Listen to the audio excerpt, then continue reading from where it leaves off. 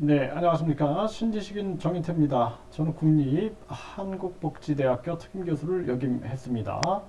자폐 스펙트럼 장애 증가한 이유는 이게 대중적인 이런 프로죠. 헬스 조선에서 보도하고 있는데요. 유퀴즈, 유퀴즈의 이제 유재석, 김동영 교수가 출연해서 자폐 스펙트럼이 증가한 이유에 대해서 10년 동안 3배에서 4배가 증가했다 이런 얘기를 하고 있어요. 그 증가한 이유는 일단은 이런 얘기를 하고 있어요. 진단 기준이 넓어졌다. 그리고 환경적 요인이 영향을 끼쳤다. 그 진단 기준이 넓어졌다는 게 스펙트럼 식으로 이렇게 아주 강하면서도 약한 쪽으로 이렇게 쭉 넓어진 거다. 이런 얘기를 하는 거고, 현대사회에서는 포탈레이트로 대표되는 환경 호르몬에 많이 노출되는데 이는 태아의 신경 발달에 많은 변화를 유발시킨다라는 거죠. 이러한 부분들인데 이 사실 이 자폐 스펙트럼 장애, 자폐증이다. 이거는 이제 발달 장애, 발달 장애. 이 용어 자체가 자폐가 이 스스로 자자에다가 닫을 패자를 이렇게 쓰는데 스스로 닫았다. 이 왜 이 스스로 닫았다라는 얘기를 했냐면은 이 아이가 눈 맞춤도 잘 못하고 불러도 반응을 잘 못하고 또 동작 모방 뭐 반짝반짝 짝짝꿍 곤지곤지 이런 동작 모방도 잘 못하고 친구들과 잘 놀이도 못하고 그러다 보니까 자기 세계에만 있는 아이처럼 보이는 거예요. 자기 세계. 그래서 우리가 이 뇌가 체계적으로 발달되지 않은 상태에서는 이게 상호작용이 잘 안 되는 거거든요. 그러다 보니까 이것을 이 한마디로 말해서 이제 의사들이 이 의사의 시각으로 보면서 캐너가 이거를 자폐증이다 이렇게 자폐증. 그러니까 이 순전히 이제 어른의 시각으로 본 거예요. 이거 스스로 닫은 거다. 이렇게 본 거죠. 근데 이게 이제 나중에는 발달 장애로 이제 규정이 됩니다. 발달 장애. 그래서 사실상 아동 발달을 이해하지 못하면은 이게 소용이 없는 거예요. 의사나 특수교사들이 아동 발달을 명확하게 알아야 되는 거예요. 그래서 유치원 어린이집 교사들이 이 일반 아동들의 발달을 계속 접하는 거죠. 예를 들어서 만 2세 발달 수준이 어떻다, 만 3세, 4세, 5세, 6세 발달 수준이 어떻다라는 거를 쭉 경험하게 되는 거예요.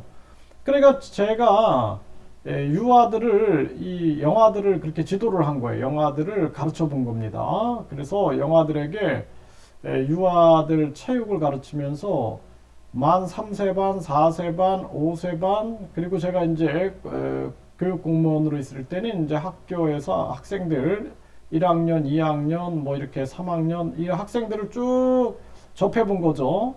그러니까 이제 그 감각이 현실 감각이 생기는 거죠, 이렇게. 그리고 이제 자녀를 성인까지 키워 보니까 완전히 이제 아동 발달을 이해하게 돼 버린 거예요. 그래서 이제 그 유아교육도 공부를 하고, 그리고 특수교육도 공부를 하고, 또 이 아동에 대한 이 특수치료 쪽도 이제 제가 공부를 하고 하다 보니까, 이게 인간이라는 존재가 이론을 만들다 보면은 이게 딴 데로 갈 수가 있어요. 딴 데로. 그렇기 때문에 이 자폐라고 했구나, 이거를. 그래서 제가 그 자폐증은 없다라는 책을 써서 이걸 맹렬하게 비판을 했는데, 이 자폐라는 측면들은 한마디로 말해서 발달장애고, 심지어는 태아기 발달장애 상황에 놓여져 있는 경우가 많아요. 그래서 갓 태어난 아기가 엄마 양수와 다른 산모의 양수를 구분해 가지고 엄마 양수 쪽으로 고개를 돌린단 말이에요. 이거는 결국에는 이 코와 뇌와 정신 속의 기억 이것이 하나로 연결됐다라는 건데 이런 발달이 일어나지 않은 거예요. 그래서 태아들도 이 엄마 양수의 맛을 보면서 입맛을 다신다든지 이런 모습이 나오고 엄마의 목소리에 반응을 한단 말이에요. 엄마 아빠의 목소리. 다른 사람들의 목소리보다 이제 엄마 아빠의 목소리에 반응을 한단 말이에요. 자주 들었으니까 반응이 나온단 말이죠. 그래서 발달이 예를 들어서 6살인데도 태아기 발달 수준에 머물러 있다. 뭐 태아기 뭐 예를 들어서 뭐 4개월 수준에 머물러 있다. 그러면은 다른 사람들과 상호작용이 안 되는 거예요. 전혀 안 되는 거예요. 우리가 12개월만 돼도 반짝반짝 짝짝꿍 곤지곤지 이런 게 되는데 이게 전혀 안 되는 거예요.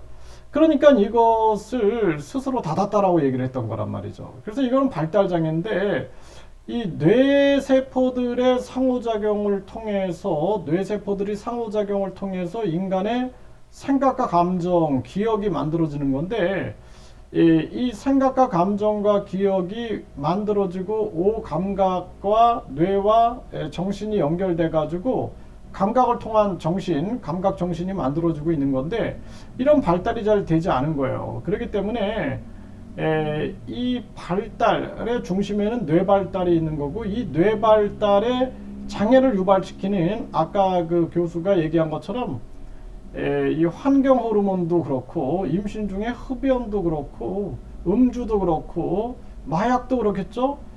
또는 약을 임신 중에 약을 먹었는데 그게 아이의 뇌에 부정적 영향을 미칠 수 있겠죠. 또 임신 중에 스트레스를 많이 받았어요. 또는 임신 중에 뭐 도둑이 들어와서 심리적 충격을 받았어요. 이런 게 다 원인이 될 수가 있는 거예요.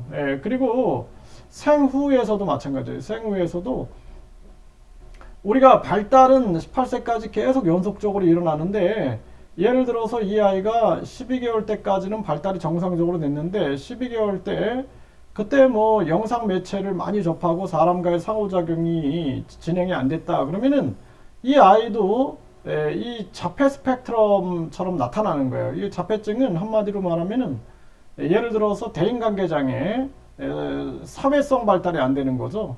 그 변화에 대한 저항이 나타나는 거예요. 변화에 대한 저항이 나타나는 것은 뇌가 발달이 안 됐을 때 나타나는 거예요.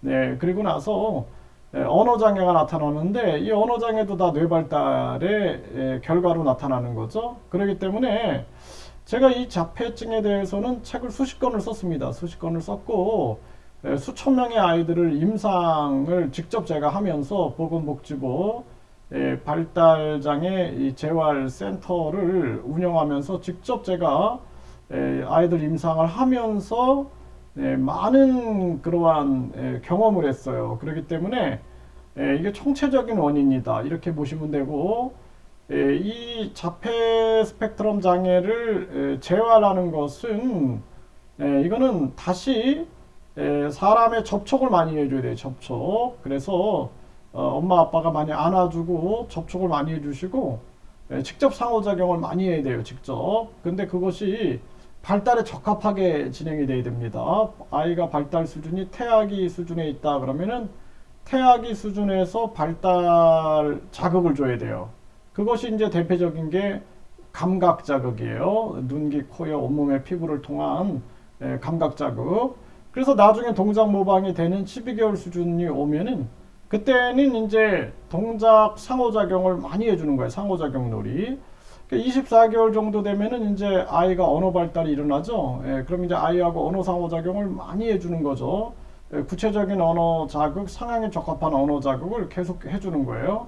이러면서 이제 나중에는 친구들과 어울릴 수 있게끔 비장애 아동들과의 우리가 그 부분 통합, 부분 통합을 시켜주고 그 전에 이제 예비 통합, 다른 친구들과 어떻게 놀이하는 거를 선생님들이 함께 놀이하다가 부분 통합에 와서는 이제 비장애 아동들이 섞이는 거예요. 여기에 이제 형제들이 섞이면 참 좋고 그 다음에 이제 완전 통합, 유치원, 어린이집, 학교에서 완전 통합 형태로 가는 거죠.